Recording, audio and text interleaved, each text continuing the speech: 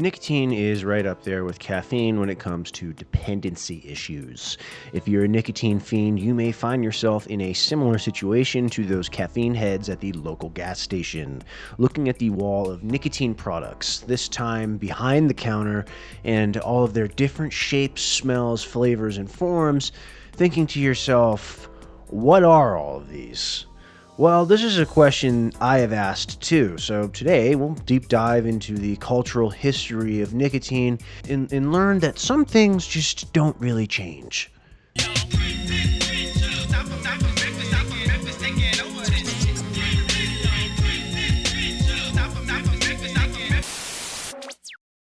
Let's get this out of the way here first again. I'm not telling you to go get nicotine products, as a majority of them are have extremely adverse health effects. And in fact, I would encourage people to either never try any nicotine substances or quit if you're already an avid user. Shame on you. I just find the history of these types of substances to be interesting, especially when looking at the many different ways one can ingest this substance in particular. Now that we have this government-issued health warning out of the way, it's time to start with some context. What is nicotine? Well, that's kind of a dumb question, assuming we all know what it is since we're here, but what is it? Well, nicotine is a naturally produced alkaloid by the nightshade plant family. What are nightshades? Doesn't matter. The only one you need to care about is a plant called tobacco. That's the nightshade for the sake of our story. While nicotine use dates back extremely far, the actual compound itself was isolated and named around 1828 by two German chemists named Wilhelm Heinrich Posset and Karl Ludwig Reinmann.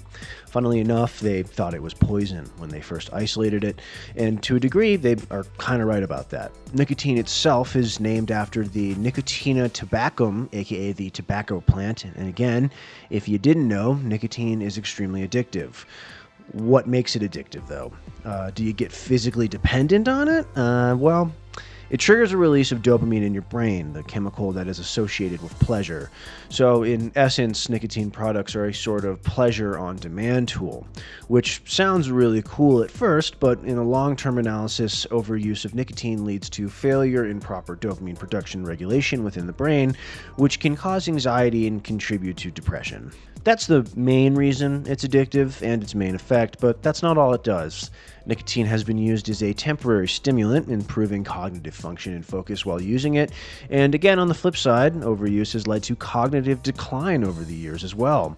And the one that probably all nicotine fiends love the most is the head rush. Yes, this is the most physical effect you will feel from nicotine. When initially induced with lower tolerance, nicotine will squeeze the adrenal glands, which releases small amounts of adrenaline, increasing your heart rate and blood pressure, i.e. the head rush, or getting domed, as they used to say in my day, as a joyful youth. Anyways, that's the hard science for you, yeah? Pretty interesting, yeah? Now you know why you can't stop vaping, right? Now, not like you didn't know that anyways. So now that we have the literal what is nicotine question answered, we can start to ask the next series of questions. How is nicotine? Why is nicotine? When is nicotine? Or just what's the history? We start around the time of our boomer parents in 6000 BC. This is believed to be when natives in North America first cultivated the wild tobacco plant for use, though there has been some archaeological evidence that this could date back as far as 12,000 BC. But unfortunately, the only source I saw that had this is locked behind a paywall, so for the sake of my wallet and general consensus, we are sticking with the 6000 BC, which was reported by about 80% of the other free sources I reviewed for this question. The natives enjoyed tobacco in many different forms. They chewed it, they snuffed it, but most prominently, they smoked it. There is no definitive known reason as to why they started smoking tobacco, but there is a legend that I found pretty funny here, is that a shaman of an unnamed tribe was trying to create clouds to help his people during an extra dry spell. To create the clouds, he puffed on his tobacco pipe. You get it? Well, that probably didn't help out with the rain, but it's a pretty good story and a way to describe overall early usage of tobacco and nicotine in a ritualistic manner. Again, there isn't a lot of written text outlining the history of the plant thousands of years ago, but oral traditions passed down for generations indicate that chiefs, spiritual leaders, and shamans commonly used the substance during rituals. Fast forward a few thousand years, and the smoke surrounding nicotine's history starts to clear. In 1492, an Italian explorer you may have heard of named Christopher Columbus would land in the Bahamas and would be greeted by a gift-bearing group of locals.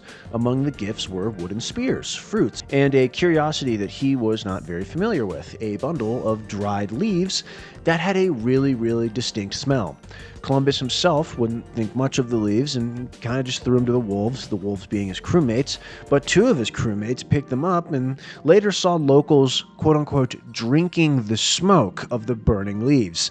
Fun fact, the word smoking hadn't been invented yet, and as a result, the crewman named Rodrigo de Jerez would become the first non-Native American on record to inhale tobacco as an extension of nicotine. He'd be the first person to ever smoke. Unfortunately for Mr. Rodrigo, this would also be the first person to ever be arrested for smoking. Upon his return to Spain, the Spanish Inquisition was in full blast, and they had heard about him blowing smoke. So they seized him under the guise that only the devil could blow smoke from his mouth and nose. Ironically, by the time of his release, tobacco had become quite the popular craze around Spain, and soon the rest of Europe was to follow. Interestingly enough, nicotine or tobacco usage was not sought out originally in Europe for recreational use or even for pleasure. Rather, it was sought out as a form of medicine. The quote-unquote New World herb was used to remedy for just about anything you could think of. Headaches, stomach pains, a cold, hell, even the plague was something 16th century physicians thought tobacco and nicotine could help in remedying. During this period, one of tobacco's greatest champions was French physician Jean Nicot, which the word nicotine was named after him. Jean was the doctor of the at the time Queen of France named Catherine de' Medici, who was suffering from persistent and extreme headaches. Nicot prescribed her nicotine in the form of tobacco snuff. Queen became a huge fan of it, probably because she got addicted to it, and like many trends, they start from the top down. Soon, the direct court from the Queen would start using snuff, and once it became more accessible, much of Europe's middle class would start to use the substance, helping it spread throughout the continent and its lower societies. However, the spread didn't stop in Europe. By the end of the 1600s, nicotine had started to be used worldwide. Initially, it was being sent around European trading routes, finding popularity across the Ottoman Empire, Russia, and even in China. But it didn't stop there. The Portuguese and the Dutch were bringing it far out east, all the way to Japan. Japanese society in particular very much enjoyed tobacco and nicotine, going as far as to create their own distinct form of a tobacco pipe called the Kisiru, identified by its long, sleek body and small bowl size. Samurais really liked it. Pretty cool. Smoking samurais. Well, the French and the Portuguese were also in the midst of colonizing Africa, and naturally tobacco would arise across that continent as well. So at this point, it was like a honeymoon phase for a new drug. Everyone loved tobacco and nicotine, and it was the best. It was new, and everyone was trading it, and everyone was growing it. Money, money, money, money, money. And oh boy, everyone loved it. Except everyone didn't love it. And can you guess who came to ruin the fun with everyone's favorite new drug? I'll give you a few seconds, and I'll give you a hint. It's two things. It's two things that everyone already hates. Okay, time's up. The answer was that it was the church and the governments that wanted to stop the drug. Shocker, right? Well, the King of England, of course it was England, the King of England, James I, called smoking tobacco barbaric. And the Catholic Church also started to say that smoking was unholy. Again, even beheading 5 friars who were chiefing the pipe during Mass. Turkey and the Ottomans went from loving it to openly executing people who smoked in public. That's quite the shift. And the King of France now deemed that tobacco could only be used for medicinal and no longer recreational use. Sounds like another herb that people enjoy today. Of course, governments were taxing the living hell out of tobacco too, taxing imports, exports, sales, and farmers. Despite all the taxing, tobacco was still such a popular crop that it became a problem in the 13 colonies. Not because it was causing damage, but because it was so profitable that farmers chose to grow it over food, which was, as you can imagine, kind of a problem when it came to feeding themselves. So at this point, in the mid-1700s, the whole world is hooked on nicotine and tobacco, and people are still mainly smoking through pipes, inhaling it with snuff, or putting it in their mouths as chewing tobacco. The colonies in North America, which had become the United States, are still mass-producing and mass-farming tobacco as a huge cash crop. America was literally built on nicotine. But enter the 1800s, and nicotine would change once again. As mentioned before, those two German scientists would isolate the chemical structure of nicotine in 1828, and upon further scientific review, the substance isolated would be deemed a poisonous alkaloid. But that was actually a key point of interest for some businessmen and farmers. One of the reasons tobacco was so easy to grow opposed to other crops was that nicotine functioned as a natural form of insecticide, or a chemical that naturally repels insects from a crop. With nicotine now isolated, researchers concluded that it was the substance that had been repelling the insects. A few science experiments later, nicotine-based insecticides, which was just a nicotine mixed with sulfuric acid, became the most effective and popular form of insecticides until the late 1990s. And even more of a fun fact, modern insecticides still chemically resemble nicotine. Ain't that interesting? This mass production and new ability to chemically extract nicotine was largely due to the Industrial Revolution. The Industrial Revolution. Did nicotine see any other updates in the Industrial Revolution? In fact, yes, one that you may be familiar with. Prior to the 1880s, nicotine consumption across the US and generally the world was still done by pipes, chew, snuff, and most commonly cigars. Cigarettes certainly existed, but were rare to see since they required the user to roll them themselves, and they really didn't last that long. So that would change in the 1880s. Yeah, that Industrial Revolution we were talking about earlier, it came and disrupted the nicotine delivery industry as well. In 1880, a man named James Bonsack, don't make any jokes, invented a cigarette rolling machine that produced the same yield as 45 workers hand rolling in a day. This was a massive win for nicotine fiends worldwide, and within a few years, the Bonsack rolling machine would be at the center of cigarette factories nationwide. By 1890, cigarettes had become the highest selling nicotine product across the United States, and they were outselling cigars and chewing tobacco by a long shot. People, particularly in urban settings like bustling New York City, very much preferred the short experience that these new machine-rolled cigarettes allowed. Nicotine became easier than ever to gain access to, and people of all ages started to inhale those little machine-rolled cigarettes across the US, UK, and Greater Europe. Tobacco companies were just making ample amounts of money too, because they had some very loyal customers, wink wink, that just kept buying their products. They just really liked them. And yeah, about that. Amongst the rise in accessibility and ease of use of nicotine products of the same era, saw the first negative views from doctors too. Doctors of the time started to notice that there was links between cigarettes and addiction, cigarettes and increasing heart rate, and cigarettes in increasing blood pressure. Entering the 1900s, and nicotine had become a very deep-rooted part of American culture. People were constantly smoking literally everywhere, and one company controlled 90% of the US market. Even during a global war, cigarettes and nicotine use were still in high demand. During the First World War, cigarettes would be issued to soldiers across the war as rations, even as medicine. Some field guides for soldiers had many different uses for tobacco than just smoking it. One that stood out to me was the instructions to eat tobacco if you believed you had a parasite in the trenches. What? Tobacco and nicotine not only survived the First World War, but they actually were thriving during it. By the end of the late 1920s, nearly 50% of all men in the US were smoking. But only 5% of women were smoking? What the fuck's going on there? That's a whole untapped market. Okay, but wait. I thought I said everyone smoked and everyone liked nicotine this whole time. Well, I meant boys only. There was quite a few reasons women didn't smoke. There were social stigmas with women expected to be classy and suave. Early feminism rejected smoking, and overall, it was just seen as like a masculine thing to do. Well, anyways, this needed to change so tobacco could make more money. It wasn't possible for them to just outright go, hey, women, smoke cigarettes, no one cares, right? Okay, well, maybe it kind of was. You see, now is a very important point in our history of nicotine and tobacco. Problems with overly effective advertising. Nicotine is something that plays on addiction and vices, so it kind of just makes sense that their marketing wouldn't be that ethical either. But here's where it starts. In the later 1920s, the tobacco fat cats really did want to tap into the female consumer market, but truly were at a loss of how to do it through traditional advertising means.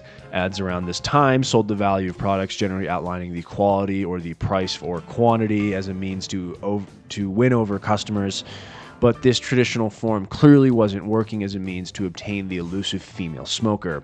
So they turned to a young advertising genius named Edward Bernays, the late nephew of Sigmund Freud. At the same time, the first feminism wave movement was occurring as a popular social movement across urban United States, and many women were rejecting social stigmas and gender roles around work and leisure. So Bernays saw this as a unique tool of advertising for cigarettes. He would pay a group of young, decent-looking women, literally his words, to walk in the 1929 New York Easter Day Parade, and they would smoke Lucky Strike cigarettes while doing so. Bernays also hired his own photographers to take pictures of the women and send them to as many newspapers and magazines, pitching the story and calling the lit cigarettes, quote-unquote, torches of freedom as a symbol of feminist liberation. And guess what? It worked. Within 5 years, 20% of women were now smoking cigarettes across the US. Now, what Bernays invented here was an advertising mechanism called lifestyle advertising. Instead of selling the product for the value, it was selling an image of association. Now, in this specific case, the image of association was a symbolic reference to women's liberation tied to an ongoing popular social movement. But lifestyle advertising can really be associated with anything the advertiser wants it to be. Crawling into the next decade, World War II was occurring, and it was much different than the First World War, but it still had some similarities. The US was fighting in Europe against Germans, and cigarettes were still a part of rations for soldiers, which, interestingly enough, was the first exposure to nicotine for a lot of soldiers, seeing that 1 million of the drafted U.S. soldiers were 18 to 21 years old. And after the war, nicotine continued to be an economic powerhouse within the United States, nearly doubling in size from 180 million cigarettes sold in the 1930s to over 300 million sold in the 1940s. Tobacco companies were making so much money. The fun never ends. Well, the fun definitely ran into some trouble following decade of the 1950s. For the first time ever, someone linked inhaling literal smoke into your lungs to negative health effects. What a damn shocker. To be more specific, 2 studies published in the year 1950 would be a big problem for tobacco companies. British scientists Hill and Dole, along with American scientists Winder and Graham, both released studies that demonstrated a strong correlation of cigarette smoking and cancer. And what was worse was that the duos came to the same conclusion without ever meeting each other. Within a few years, major news publications and magazines were reporting the findings, which was not a good thing for tobacco and nicotine. As a response, they pulled an absolute classic megacorporation move. They formed the Tobacco Industry Research Committee, a committee to investigate their own products and report to the public its health effects. They also added filters to reduce the tar intake, cigarette butts as we call them now, but they didn't really do anything to help either. The 1960s would be a bittersweet decade for nicotine and big tobacco. On the one hand, smoking hit its literal peak with 70% of adult men and 40% of women being avid smokers, and the profits were coming in hot, but tobacco was not winning the health side of it. The Tobacco Research Committee that the tobacco companies were funding themselves investigated themselves and found no wrongdoing. What a classic move. Well, the U.S. Surgeon General didn't really agree with that. So in 1964, at the time Surgeon General, Mr. Luther Terry, would release the first official report from the government stating that smoking wasn't just linked to cancer heavily, but also emphysema, chronic bronchitis, and overall present strong statistical correlations for younger death. The report would really be the turning point for tobacco and nicotine in public perception.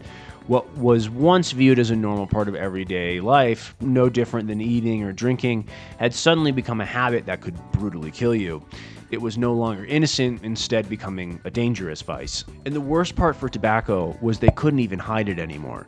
In 1965, the US Congress would pass the Federal Cigarette Labeling and Advertising Act, which would have two notable aspects to it. The first was that companies were now required to add health labels to their packaging, something they were not happy about, and the second was launching a series of anti-smoking campaigns across TV and radio.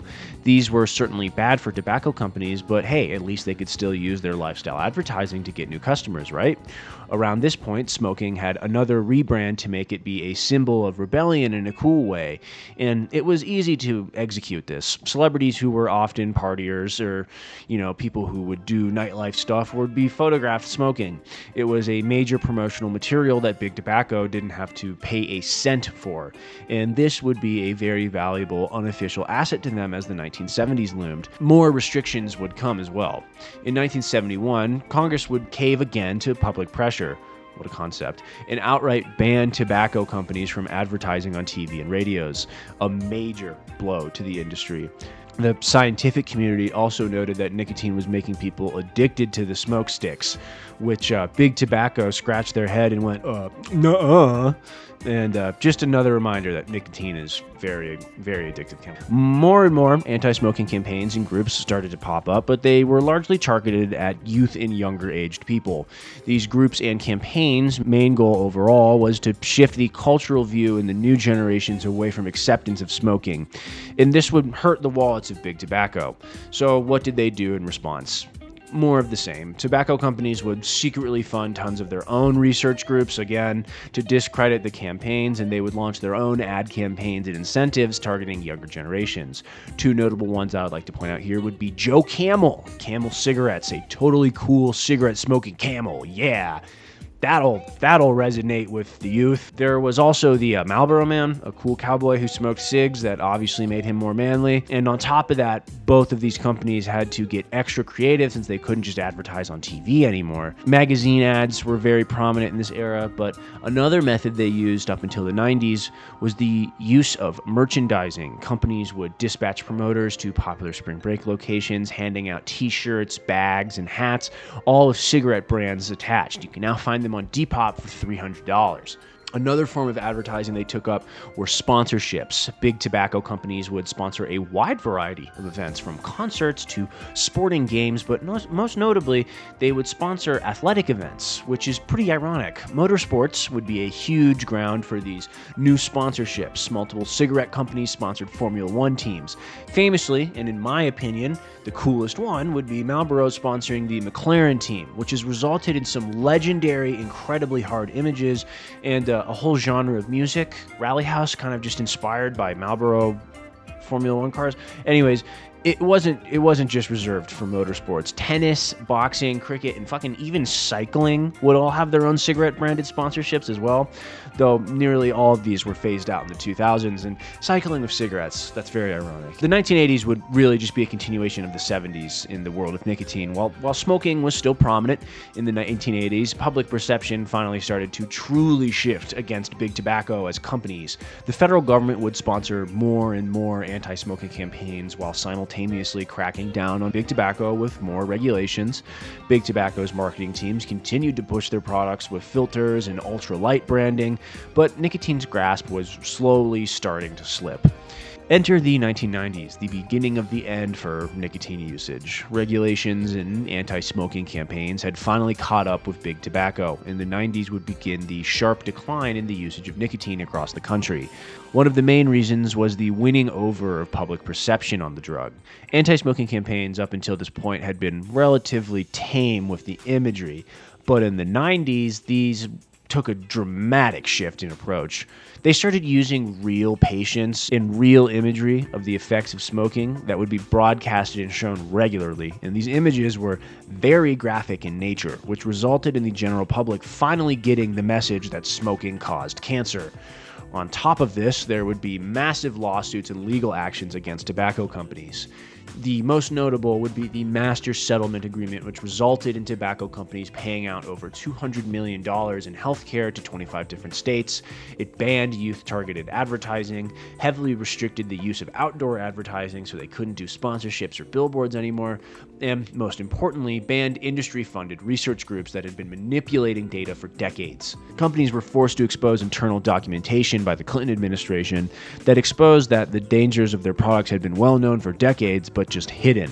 At this point, the adult smoking rate had dropped from 40% in 1970 all the way down to 23% in the 1990s. In just 20 years. And tobacco's wallet was hurting too. So they ultimately just jumped ship from the US and moved their greedy tentacles over to less regulated markets in and across Asia instead. By the 2000s, it seemed that nicotine use in the US was going to become extremely rare. Companies had developed quitting aids in the form of nicotine patches and gum to help people quit. Smoking in public spaces became more and more restricted, but more importantly, unacceptable. And it seemed that anti-smoking groups had finally won. Smoking rates were down to 15%, and they were continuing to decline. And it seemed that the final nail in the coffin was struck when the Supreme Court deemed that the FDA could regulate tobacco in 2009. Nicotine and big tobacco had been defeated. Or so we thought. While the fight against the old enemy raged, a new and arguably more dangerous enemy was being silently cooked up behind the scenes. Enter the new era. Vapes. We were just so close, weren't we? Well, I guess chew was always there, but not many people did that. We all know the big nicotine delivery device was cigs anyways. So in 2003, a Chinese inventor named Han Lick would patent the first electronic cigarette, or e-cig for short. He aptly compared it to digital cameras taking over the analog market. Just like the memes I see. Well, to be fair, Han was the first person to patent the e-cig, but tobacco companies had been working on the idea of an aerosol cigarette since the 1960s with limited success. In 2008, the Ruyan V8 would be the first e-cig to hit the US market. Granted, limited success because what are we doing here? Smoking the internet? Smoking the Wi-Fi? Well, not yet. That comes later. The FDA would try and ban the imports, but they failed, though they were allowed to be regulated as tobacco products. In all honesty, this form of e-cig never really caught on. Users reported that they were often harsher than analog cigarettes and did not last long enough to validate the price. But don't worry, more annoying forms would soon explode in the US. Something that you may have seen before. Vape box mods. What are these, you ask? Well, the worst form of smoking ever invented. The newfound community of vapors that actually liked these e-cigs decided that there was a lot more potential than just a hookah pen, as my middle school friends referred to them. People started to modify their personal vaping devices, adding larger batteries that allowed for their larger coils to heat faster and hotter, which allowed for this.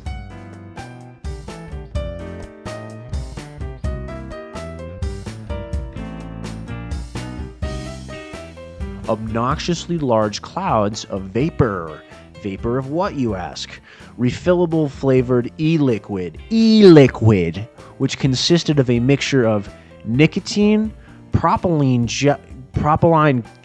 glycol, vegetable glycerin, and flavorings, allegedly, but it was sort of debatable because at the time these were pretty much unregulated, and I'm pretty sure they still are. These things had all types of flavors. They were flavored from tobacco to fruits to fucking unicorn piss. Vape shops started springing up, and a community of vapors blowing their massive clouds were soon to be found at your local millennial bar or in the corner of the mall. The vaping did rise in usage, but thankfully they weren't full-on acceptable, and not for the same reasons as cigarettes. They were viewed as a safer alternative to cigarettes, so they weren't viewed as killers, but rather people who smoked them were kind of just viewed as like jackasses. I personally recall the stigma around vapors as just being like just jackasses, assholes, and it stuck. I mean, they were. Like they were the butt of many jokes online. It was just obnoxious, but people still did it, and notably it was younger people. Side note, I just wanted to bring this up. I had a friend who vaped in high school, and he had such a huge vape that he kept it in a holster on his belt, and I always thought that was hilarious. Anyways, vapes caught the attention of the vanquished tobacco companies, seeing that they had successfully infiltrated the younger generations, that being millennials and Gen Zs, with nicotine, which big tobacco had failed to do. New vape companies like Blue and Enjoy had established themselves as dominant players in the new nicotine market, but could also see the social stigma around blowing massive clouds of nicotine smoke and how this could be unlikable. So the big tobacco companies decided to invest in the next generation of vaping, the pod mod era, which I didn't know this was called that. These devices can be identified by a few distinct factors. They were smaller, closer resembling the size of a cigarette. They blew much smaller clouds, closer resembling the size of a cigarette. And most importantly, their juice was sold in a small, limited puff pod that could not be refilled and that were formulated with the new, much more appealing nicotine salts, which allowed for smoother hits and even more nicotine delivered per hit. Damn. So they just reinvented cigarettes, but digital. You may know the most famous of these little devices, something called the Juul. The Juul, which I will only refer to here because it made up 75% of the vape market by 2019, had successfully repopularized nicotine products amongst the youth. And guess who was behind Juul? That's right, a big tobacco company, Marlboro. Welcome back, cigarettes. Juul really made vaping a problem. Just like cigarettes, vapes were marketed at users of legal age, but the reality was that many underage children were getting their hands on the devices. Though allegedly safer, the new vapes presented some new problems. For one thing, they were very easy to conceal. They were small, the smoke was essentially odorless, which meant two things. There wasn't a trace smell on the user smoking them, unlike tobacco, and that they could be discreetly used indoors. The public bathroom of high schools was notably something that quickly became the vape room, as nearly 28% of high school students reported that they had vaped in the past 30 days in 2019. And let's keep in mind that these are kids that told the truth. Imagine what the real numbers are there. Well, at this point, nicotine usage was back up to pandemic levels in the underage children, and the tactics of anti-smoking cigarette ads didn't really work for these new vapes either. So the government was called to action. In an attempt to curb usage, the government banned the production and sale of all flavored nicotine pods, exempting menthol and tobacco. So with the pod flavoring banned, this sort of worked. While it was effective in curbing the sales of Juul pods and other pod mod devices, it created a new problem, that being single-use vapes. The laws that were put into effect largely targeted pod-based devices, but had no rules about a single-use vape. So an e-cig could still be candy-flavored as long as it died and wasn't refillable. And notice I didn't say rechargeable either. At first, these single-use vapes were basically just Juuls. A brand called Puff Bar quickly filled the void that Juul left. They sold single-use vapes that were shaped exactly like Juuls and had the same amount of puffs as a Juul pod, which was 200, but this time they didn't have pods. As this went on, single-use vapes got larger and larger. Now you can find some single-use vapes with rechargeable batteries that offer up to 10,000 puffs, like the popular brand Geek Bar. Geek Bar! Geek Bar! Awful name. Imagine being a full-grown man and smoking a Geek Bar. Shame on you. So these new single-use vapes are still unregulated. They're offering all types of flavors, and honestly, they're even more of an economically smart option than Juuls were back in the day. And that brings us up to date with smoke-based nicotine devices. But I'm sure many of you are shaking your head thinking that I forgot something. Don't worry, you little fiends. The long-ass video isn't over yet. Just as vapes are the new era counterpart to cigarettes, chewing tobacco also received a new, much more palatable makeover in the form of nicotine pouches. I know I focused a lot on the US in this video, but here let's bring it back to a worldly view of nicotine usage. Nordic countries offered a much different story than the US and most of Europe. They weren't really as much as smokers as the rest of the world, and instead enjoyed snus and chewing tobacco more, or for simplicity's sake, nicotine that you don't smoke, rather you just leave in lit pouches and let the nicotine soak into your blood through your gums. They had their own crackdown over the years on tobacco products because they also caused horrific cancers in their users. A big catalyst for innovation was the tobacco tax that was implicated in Sweden around the 2000s, stifling usage, making it too expensive. So in the early 2000s, Swedish Match, a producer of snuff and dip, started research into non-tobacco based nicotine pouches to avoid these taxes. Using the same nicotine salts as Juul, they invented a pouch filled with these salts that delivered a similar effect to snuff and to chew, and they named it Zyn. Zyn would officially enter the Swedish market in 2014, and to be short, it was a hit. It was much more palatable, it was easier to use, it was less harsh tasting, and it had lots of tasty flavors, like coffee. Zyn fast-tracked popularity, expanding across the world in 2019, and has become extremely popular amongst former smokers and young people. This time, its target age mostly. By 2023, Zyn was selling 100 million cans a year. It has only risen in popularity since. Of course, there are imitators and competitors that have popped up to try and take a slice of the Zyn market, but Zyn remains the most popular choice both domestically in Sweden and abroad. And there you have it, a history of nicotine and its troubles across the decades. And as a reminder, nicotine is an extremely addictive chemical, and use can cause harm in many different forms. So stop if you already use it, and don't start if you do. So, was this educational? I hope so. I have nothing else to say. This is the longest video I've ever made. Bye-bye.